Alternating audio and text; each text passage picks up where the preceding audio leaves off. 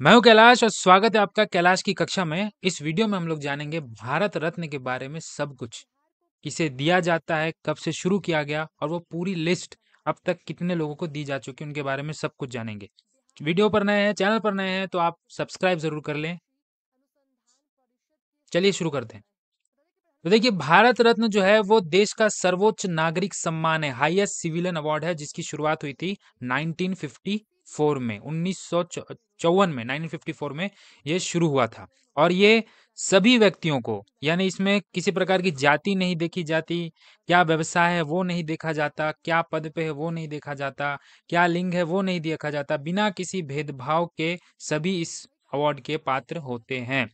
इस पुरस्कार से अलंकरण मानव प्रयत्न के किसी भी क्षेत्र में अगर कोई सर्वश्रेष्ठ कार्य करता है तो उसे ये अवार्ड दिया जाता है। उसके बाद देखिए, भारत रत्न के लिए सिफारिश कौन करता है? स्वयं पीएम करते हैं, प्राइम मिनिस्टर खुद करते हैं राष्ट्रपति को। इसके लिए कोई औपचारिक सिफारिश की आवश्यकता नहीं होती है, यानी राष्ट्रपति प्रधानमंत्री स्वयं सिफारिश करते हैं। हर साल मैक्सिमम जो है वो 3 लोगों को दिया जाता है और इस पुरस्कार के प्रदान किए जाने के समय प्राप्तकर्ता को राष्ट्रपति के द्वारा हस्ताक्षरित एक प्रमाण पत्र और एक तमगा दिया जाता है। मैक्सिमम जो है वो 3 लोगों को दिया जाता है, लेकिन 2 बार अपवाद रहा है, एक तो 1999 में और एक पिछला साल कि 3 से ज्यादा लोगों को दिया गया। मैक्सिमम 3 लोगों को ही दिया जाने का प्रावधान है। इस पुरस्कार में कोई मौद्रिक अनुदान नहीं दिया जाता, नहीं किसी प्रकार की धनराशि नहीं दी जाती है। ये भी किसी एग्जाम में स्टेटमेंट में पूछा जा सकता है। सत्य कथन बताएं कि दिया जा सकता है या नहीं दिया जा सकता है। अब देखिए, संविधान का जो अनुच्छेद 18 है, जो फंडामेंटल राइट्स है, उसमें इस बताया गया कि उसके क्लॉज 1 में, 18 के क्लॉज 1 में बताया गया कि इस पुरस्कार को प्राप्तकर्ता के नाम के आगे या पीछे उल्लेखित नहीं किया जा सकता। लेकिन यदि कोई पुरस्कार प्राप्तकर्ता आवश्यक समझता है तो अपने जीवन वृत्त, बर्थशीट या विजिटिंग कार्ड में वो दर्शा सकता है। क्या दर्शा सकता है? कि राष्ट्रपति के द्वारा भारत रत्न से सम्मानित, फिर उसके आगे उनका नाम, या फिर भारत रत्न प्राप्तकर्ता, फिर उसके आगे नाम। इस तरीके से किया जा सकता है। ये मैंने बता दिया कि हाईएस्ट सिविलियन अवार्ड है, 1954 में शुरू किया गया था और उत्कृष्ट सेवा के लिए दिया जाता है, किसी भी क्षेत्र में दिया जाता है। पहले किसके द्वारा दिया गया था? राष्ट्रपति थे उस वक्त 1954 में, राजेंद्र प्रसाद जी थे। और स्टार्टिंग में ये मरणोपरांत नहीं दिया जाता था, लेकिन 1966 में ये दिया जाने लगा है। कैसा होता है? देखिए, ये जो देख रहे हैं ये है भारत रत्न, ठीक है, एक पीपल का पत्ता है ना, उसमें सूर्य की छवि है, ये सूर्य की छवि है और देवनागरी लिपि में लिखा हुआ है भारत रत्न, उसके अलावा और कुछ नहीं है। ठीक है, पीपल का पत्ता है, सूर्य की छवि और देवनागरी लिपि में लिखी गई है। इस पुरस्कार के अंतर्गत किसी प्रकार की राशि नहीं दी जाती है। ठीक है, कोई राशि नहीं दी जाती है। विशेष वर्ष में अधिकतम 3 व्यक्तियों को यह पुरस्कार प्रदान किया जाता है। हर साल नहीं दिया जा रहा है, जब लगे तब दिया जा रहा है और 3 लोगों को मैक्सिमम दिया जा रहा है। लेकिन मैंने वही बताया कि 1999 और 2024 ये थोड़ा अपवाद है। अब आगे हम लोग देखेंगे लिस्ट पूरा, उसमें पता चल जाएगा। तो सबसे पहले 1954 में 3 व्यक्तियों को दिया गया, सी राजगोपालाचारी, डॉक्टर सर्वपल्ली राधाकृष्णन और डॉक्टर चंद्रशेखर वेंकट रमन।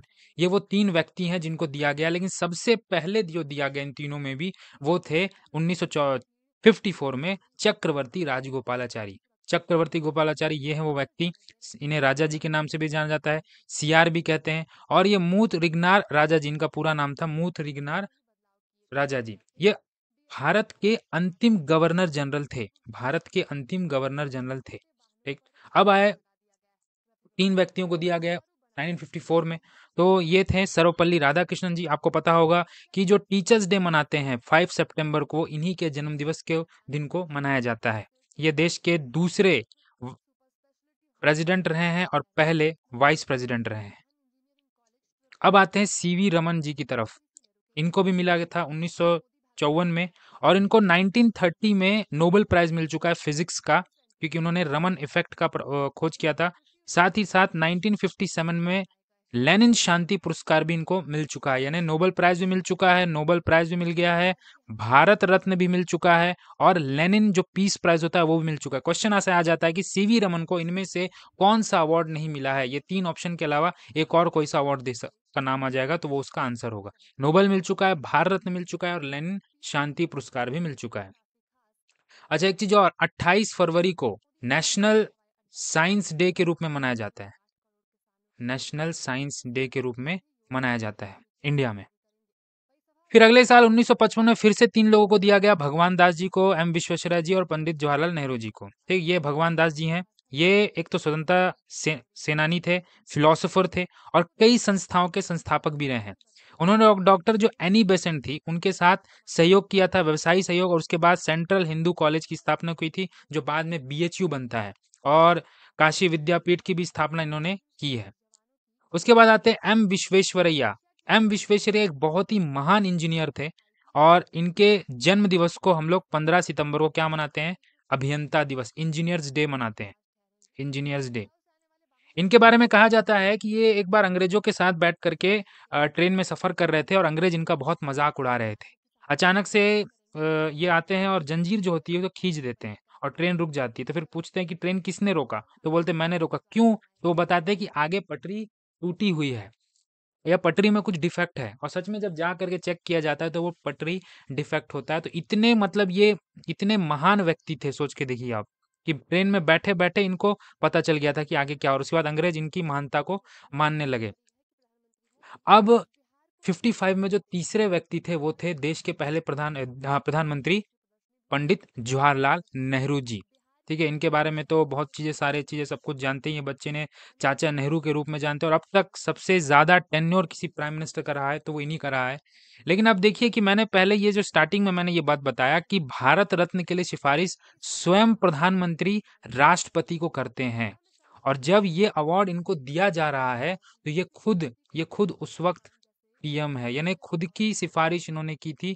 अब क्यों की थी, किसके कहने पे की थी, ये तो पता नहीं, लेकिन थोड़ा-सा अजीब ज़रूर है कि खुद को अवार्ड के लिए उन्होंने सिफारिश कर दिया था।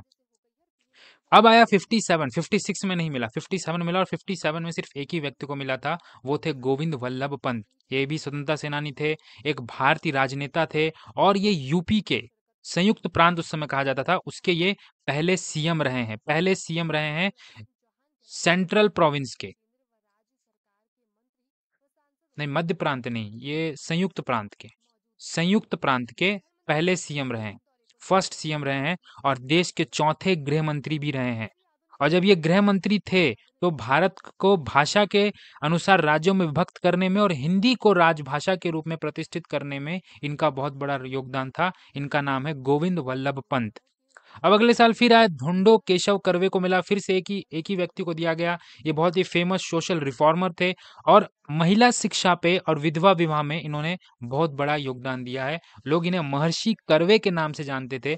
आपको पता होगा कि पहला जो महिला विश्वविद्यालय है, कौन सा? SNDT, जो कि मुंबई में है, उस वक्त बॉम्बे था, उसकी स्थापना करने का योगदान इन्हीं को जाता है। किनको? धुंडो केशव कर्वे को। आगे बढ़ते हैं 1961। 1961 में दो व्यक्तियों को दिया गया, विधान चंद्र रॉय और राजश्री पुरुषोत्तम दास टंडन। सबसे पहले इनके बारे में बात करते हैं। ये पेशे से डॉक्टर थे, स्वतंत्रता सेनानी थे, और जो पश्चिम बंगाल है उसके दूसरे सीएम हैं, सेकंड सीएम ये रहे हैं। और एक इंपॉर्टेंट चीज कि इनके जो जन्म दिवस है, यानी 1 जुलाई को डॉक्टर्स डे के रूप में मनाया जाता है, डॉक्टर्स डे।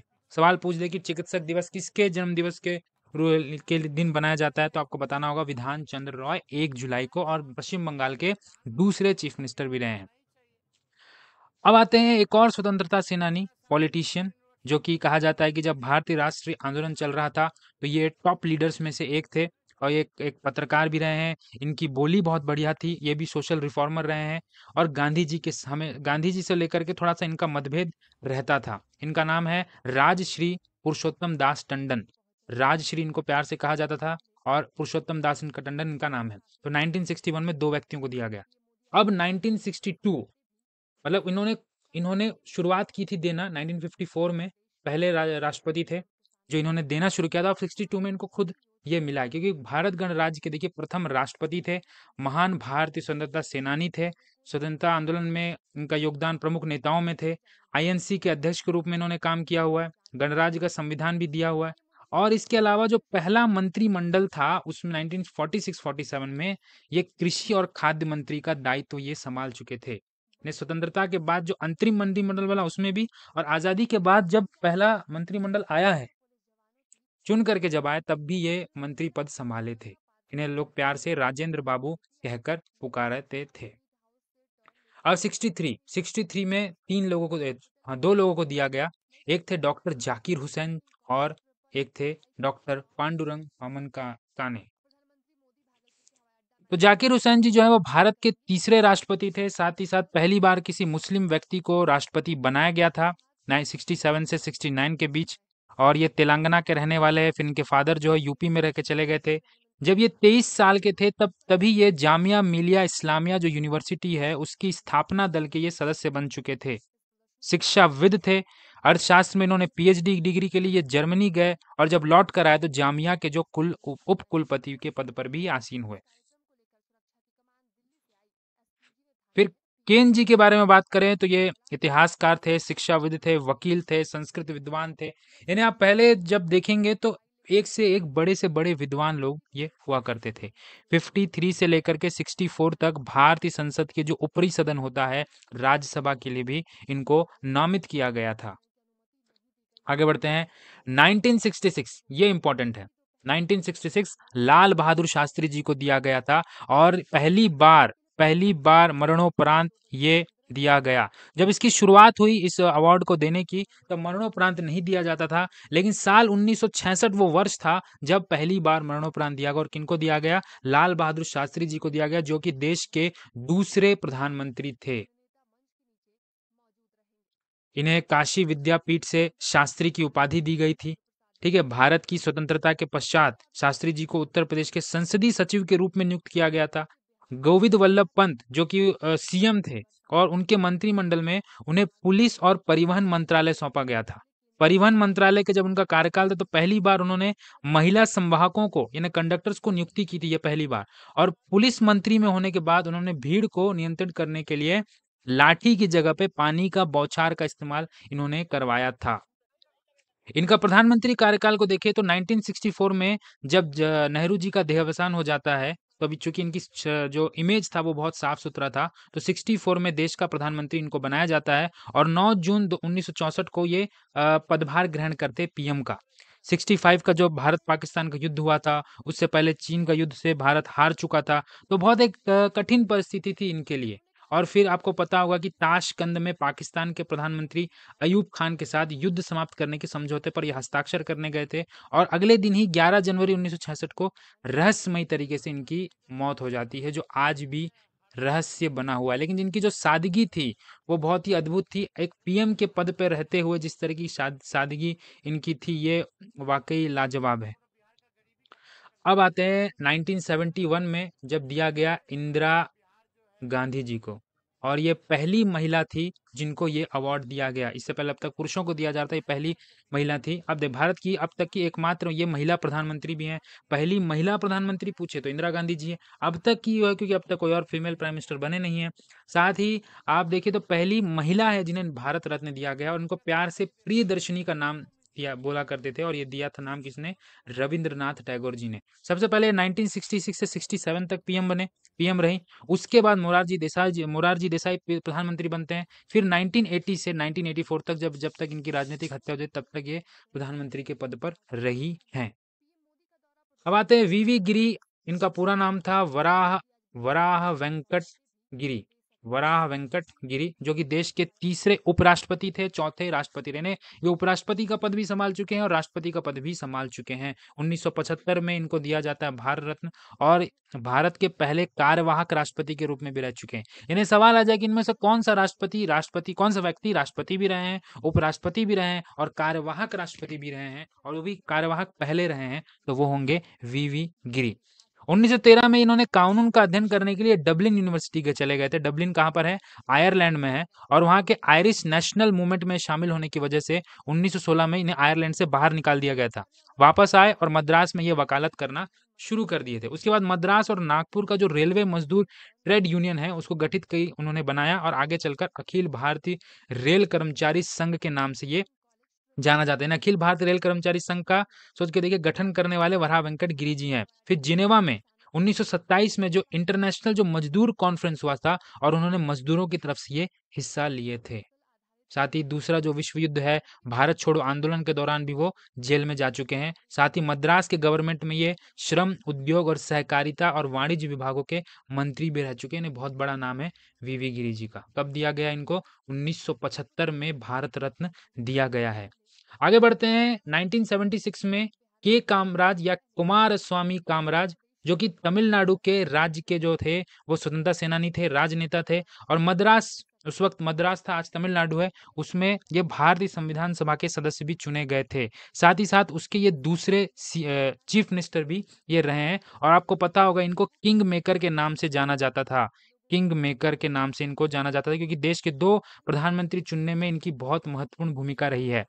1960 के दशक के समय में कांग्रेस के संगठन में सुधार के लिए इन्होंने कामराज योजना प्रस्तुत की थी। टेरेसा को अवार्ड मिला, दूसरी महिला बनी ये अवार्ड लेने वाली। रोमन कैथोलिक चर्च के द्वारा कलकत्ता की जो संत टेरेसा के नाम से इनको नवाजा गया था। इनका जन्म का नाम कुछ और था, बाद में इन्होंने इनका जन्म मैसेडोनिया एक रिपब्लिक में हुआ था, उज़्बेक परिवार में। बाद में इन्होंने नाम को बदल लिया था। जो रोमन कैथोलिक होते उसकी ये नन थी और स्वेच्छा से इन्होंने नागरिकता भारत की संभाली थी। और इनको नोबेल का शांति पुरस्कार मिला हुआ है और पहली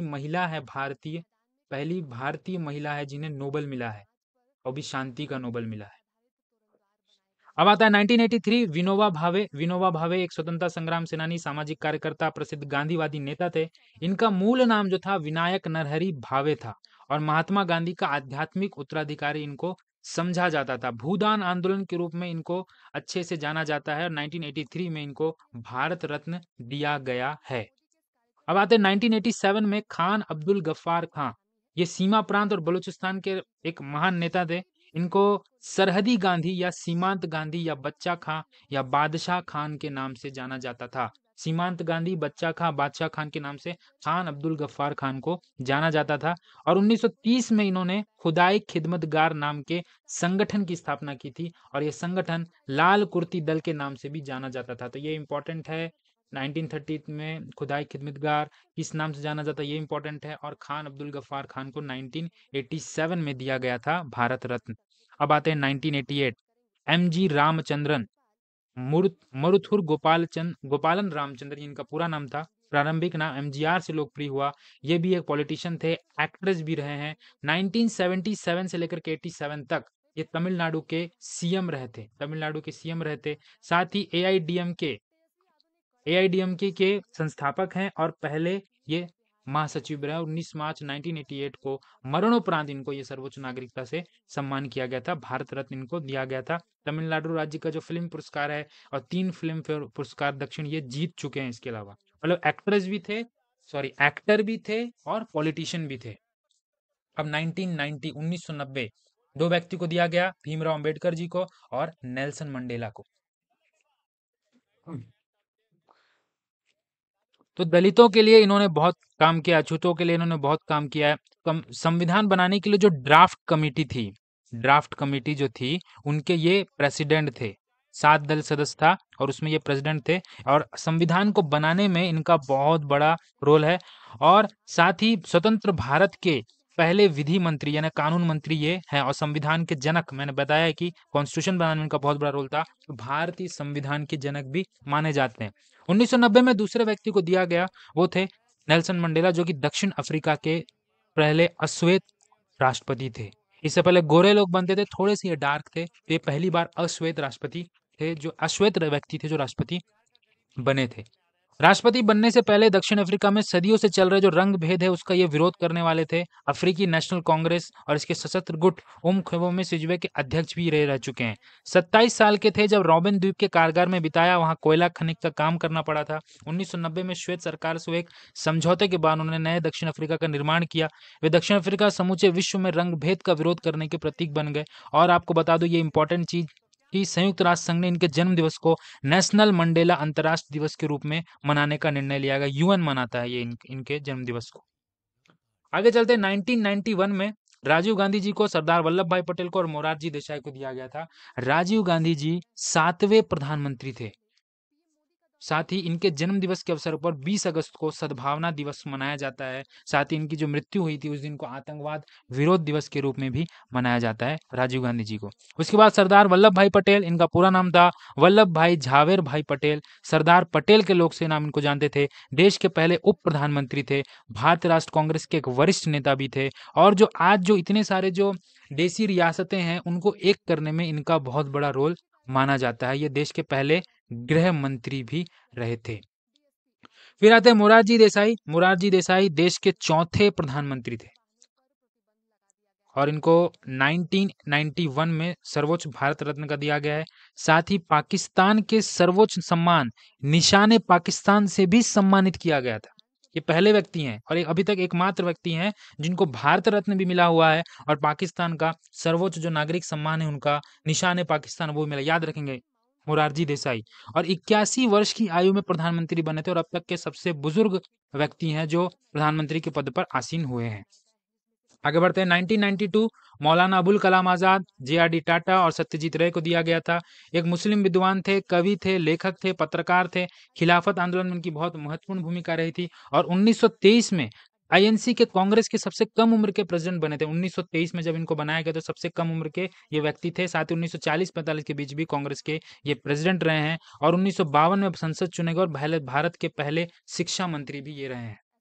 अब आते हैं जे.आर.डी. टाटा। जे.आर.डी. टाटा जहांगीर रतन जी दादा भाई टाटा जो एक उद्योगपति थे, विमान चालक थे, टाटा समूह के पूर्व अध्यक्ष भी रह चुके हैं। इन्हें फ्रेंच लीन ऑर्डर से सम्मानित किया गया है। इसके अलावा इन्हें पद्म भूषण पद्मश्री से भी सम्मानित, पद्मभूषण पद्मश्री नहीं है, पद्म विभूषण से इनको सम्मानित किया गया और 1992 में भारत रत्न सम्मानित किया गया।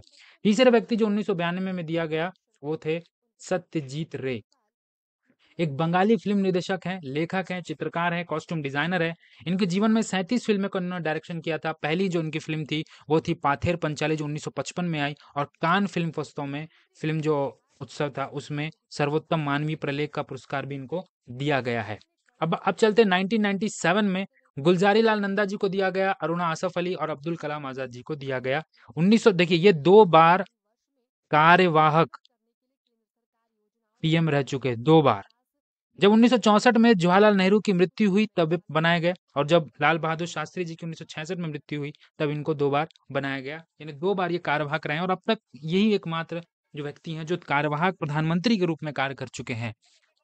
अरुणा आसफ अली जो कि स्वतंत्रता सेनानी थी, इनका जन्म का नाम था अरुणा गांगुली और इनको जोड़ा जाता है 1942 के भारत छोड़ो आंदोलन के दौरान मुंबई के जो ग्वालियर टैंक मैदान था, कांग्रेस का झंडा फहराने के लिए हमेशा इनको याद किया जाता है, अरुणा आसफ अली। नाम से जाना जाता है एपीजे अब्दुल कलाम जी को और भारत के पूर्व राष्ट्रपति थे, वैज्ञानिक भी रहे हैं, इंजीनियर भी रहे हैं और डीआरडीओ में भी ये काम कर चुके हैं। 1998 एमएस सुब्बलक्ष्मी और सी सुब्रमण्यम को दिया गया। ये तमिलनाडु के एक भारतीय कर्नाटक गायिका थी और भारत के सर्वोच्च नागरिक सम्मान से इनको सम्मानित करने वाली ये पहली संगीतकार है। सवाल ये अगर आ जाए कि पहली संगीतकार कौन है जिन्हें यह अवार्ड दिया गया, केबीसी में पूछा भी गया है ये क्वेश्चन। केबीसी में आई थिंक 25 लाख का सवाल था जो पूछा गया था इसी साल 2024-25 का जो सीजन चल रहा था उसमें ये सवाल पूछा गया था। 1966 में यूएन के जो असेंबली में भी इन्होंने अपना ये परफॉर्मेंस दिया था, इंपॉर्टेंट है। ठीक, उसके बाद आते हैं सी सुब्रमण्यम जी की तरफ। लोकसभा में चुनाव में पहली बार 1962 में ये चुने गए थे, तब ये इस्पात और खनन मंत्रालय इनको मिला था। लाल बहादुर शास्त्री जी जब प्रधानमंत्री थे तब वे कृषि मंत्री रहे। भारत में हरित क्रांति में उनका महत्वपूर्ण योगदान रहा है। रक्षा मंत्री, वाणिज्य मंत्री भी रह चुके हैं और पंडित नेहरू जी, लाल बहादुर शास्त्री जी और इंदिरा गांधी जी तीनों के साथ मंत्री पद में ये काम करने वाले एकमात्र ये व्यक्ति हैं। साथ ही ये महाराष्ट्र के गवर्नर भी रह चुके हैं और तमिलनाडु के राज्य मंत्री का पद भी इन्होंने संभाला हुआ है। अब आता है साल 1999, वो समय जब मैक्सिमम 3 लोगों को दिया जाने वाला भारत रत्न 4 लोगों को दिया गया, जो कि अपवाद हो। जयप्रकाश नारायण, अमर्त्य सेन, गोपीनाथ बारदोलाई और पंडित रविशंकर को। इंदिरा गांधी के विरुद्ध विपक्ष का नेतृत्व करने के लिए इनको जाना जाता है। जयप्रकाश नारायण जी को। संपूर्ण क्रांति नामक आंदोलन इन्होंने शुरू किया था। 1999 में मरणोपरांत दिया गया है। समाज सेवक थे और लोक नायक के नाम से इनको जाना जाता है। रमन मैग्सेसे अवार्ड भी इनको मिल चुका है। पटना का जो हवाई अड्डा है वो इन्हीं के नाम पे है और दिल्ली का जो सबसे बड़ा अस्पताल है लोक नायक जयप्रकाश अस्पताल भी इन्हीं के नाम पर है। अमर्त्य सेन एक इकोनॉमिस्ट थे। 1998 में इन्हें नोबेल का पुरस्कार मिल चुका है। फिर आते हैं गोपीनाथ बारदोलई, जो भारत के स्वतंत्रता सेनानी हैं, असम के पहले सीएम हैं और सरदार वल्लभ भाई पटेल के ये बहुत ज्यादा क्लोज थे। 1938 से 39 तक ये असम के सीएम रहे हैं। फिर आते हैं पंडित रविशंकर, जो एक सितार वादक थे, संगीतज्ञ थे। विश्व के कई महत्वपूर्ण संगीत उत्सवों में इन्होंने हिस्सा लिया है। उनके युवा वर्ष जो है यूरोप और भारत में अपने भाई उदय शंकर के नृत्य समूह के साथ वो दौरा करते थे यूरोप वगैरह के, और 1949 से लेकर 56 तक ऑल इंडिया रेडियो के बतौर संगीत निर्देशक भी इन्होंने काम किया हुआ है। अब चलते 2001 में लता मंगेशकर जी, उस्ताद बिस्मिल्लाह खां। लता मंगेशकर जी को कौन नहीं जानता है। टाइम्स पत्रिका उन्होंने भारतीय पार्श्व गायन की अपरिहार्य और एक छत्र सामग्री स्वीकार किया है। इनके गायिका के हर कोई फैन है। ये बहुत ही पॉपुलर है, आदरणीय गायिका है और 6 दशकों से ये इनका जो कार्यकाल है उपलब्धियों भरा रहा है और भारत सिनेमा में एक पार्श्व गायिका के रूप में ये काम करती आ रही है। बिस्मिल्लाह खां की बात करूं तो उस्ताद की उपाधि से इन्हें नवाजा गया है। शहनाई को, जो शहनाई बजा रहे हैं, इसको लोकप्रिय करने में इनको श्रेय इनको जाता है और ये हिंदुस्तानी शास्त्रीय संगीत के कलाकार अब ये बन चुके अग्रणी लेवल के थे उस वक्त। 2009 एक ही व्यक्ति को दिया गया, भीमसेन जोशी को। किराना घराने के ये संस्थापक थे। अब्दुल करीम खान से इन्होंने, किराना घराने के जो संस्थापक है अब्दुल करीम खान, उनसे बहुत प्रभावित थे।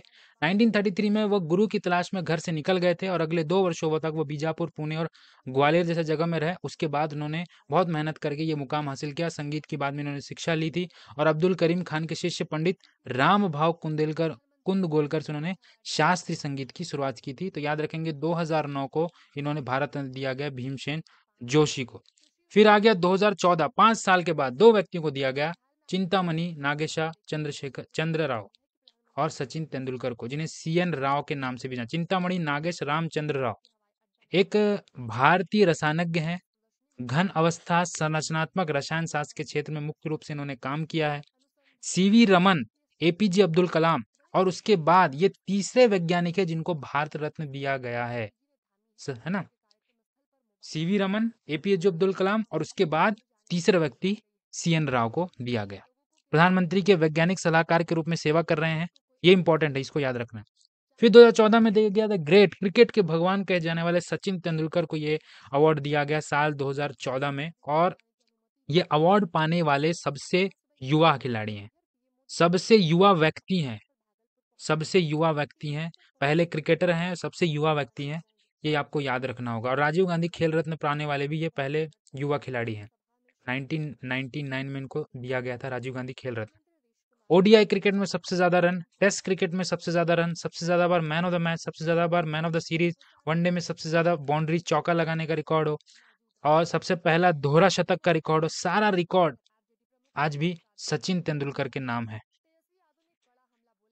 2015 मदन मोहन मालवीय और अटल बिहारी वाजपेयी को दिया गया। ये भारत के पहले और अंतिम व्यक्ति थे जिन्हें महामना की सम्मानजनक उपाधि से विभूषित किया गया था, मदन मोहन मालवीय को। और अटल बिहारी वाजपेयी को, जो कि देश के 10वें प्रधानमंत्री थे, 3 बार ये पद संभाल चुके हैं। शुरुआत में ये 13 दिन के लिए था, बाद में ये 8 महीने के लिए, उसके बाद फिर ये थोड़ा एक कार्यकाल के लिए रहे थे। ये इनकी हिंदी बहुत अच्छी थी, हिंदी कवि थे, पत्रकार थे, एक प्रखर वक्ता थे। जो भारत जनसंघ था बना था उसके संस्थापक सदस्यों में से रहे हैं। 68 से लेकर 70 तक ये पार्टी के अध्यक्ष भी रह चुके हैं और राष्ट्रधम, पांचजन्य और वीर अर्जुन जैसी जो पत्रिकाओं का इन्होंने संपादन भी किया है। साल 2019 जब 3 व्यक्तियों को दिया गया, नानाजी देशमुख, भूपेन हजारिका और प्रणब मुखर्जी को। ये वो 3 व्यक्ति, नानाजी देशमुख, भूपेन हजारिका और प्रणब मुखर्जी को। प्रणब मुखर्जी देश के 13वें राष्ट्रपति थे। ये जो है भूपेन हजारिका असम के थे, असम के रहने वाले थे, गीतकार, संगीतकार और गायक थे। असमीय भाषा के एक अच्छे जाने माने कवि भी ये थे। अटल बिहारी वाजपेयी जी सरकार ने राज्यसभा के लिए मनोनीत किया था किन्हें? नानाजी देशमुख जी को।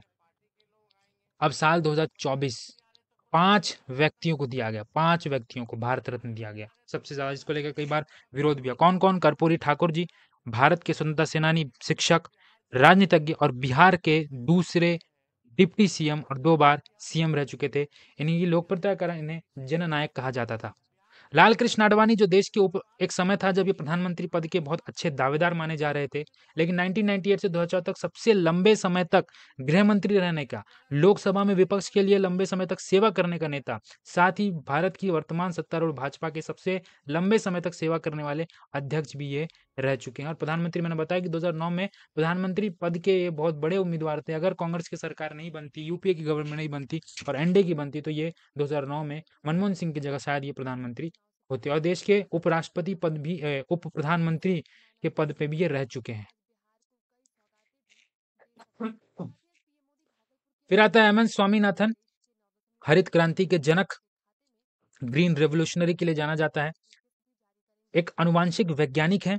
1966 में मैक्सिको के बीजों को इन्होंने क्या किया था, पंजाब की जो घरेलू किस्म है उसके साथ मिक्स करके एक उच्च उत्पादकता वाला गेहूं को इन्होंने क्या किया था, डेवलप किया था। हम इनको हरित क्रांति के नाम से, हरित क्रांति के जनक के नाम से इनको हम जानते हैं। अब आते हैं चौधरी चरण सिंह, चौथे व्यक्ति, देश के 5वें प्रधानमंत्री थे जिनको यह अवार्ड दिया गया साल 2024 में। उसके बाद पीवी नरसिम्हा राव जो कि 1991 से 1996 तक भारत के प्रधानमंत्री के रूप में कार्य किया। वे दक्षिण भारत से प्रधानमंत्री बनने वाले पहले और गैर हिंदी भाषी पृष्ठभूमि से आने वाले दूसरे व्यक्ति ये थे। साथ ही अगर देखिए तो आंध्र प्रदेश के मुख्यमंत्री के रूप में भी काम कर चुके हैं। संघ सरकार में रक्षा, गृह, विदेश जैसे बड़े मंत्री पद ये संभाल चुके हैं। सो वीडियो में इतना ही था। भारत रत्न से रिलेटेड जो भी चीजें थी, सारा चीजें हमने कवर कर लिया है। एक वीडियो और आएगा जो सिर्फ एमसीक्यू बेस्ड होगा, जिसमें हम देखेंगे कि सारे एमसीक्यू क्वेश्चंस को सॉल्व करेंगे। भारत रत्न से रिलेटेड कब दिया गया, पहले राष्ट्रपति थे किनको दिया गया, अब तक कितने राष्ट्रपतियों को दिया जा चुका है, मरणोपरांत कितनों को दिया जा चुका है, विदेशियों को कितने बार दिया जा चुका है, जितने एमसीक्यू बन सकते हैं सारे। पहले संगीतकार कौन है जिनको दिया गया है, वैज्ञानिक कौन कौन है उनको दिया गया है, किनको नहीं दिया गया। इस तरह से एमसीक्यू बेस्ड आएगा सीरीज, उसमें हम लोग इसकी तैयारी करेंगे। वीडियो अच्छा लगा हो तो लाइक कर दो, चैनल पर नए हो तो सब्सक्राइब कर दो और अपने दोस्तों तक जरूर शेयर करो। Thank you.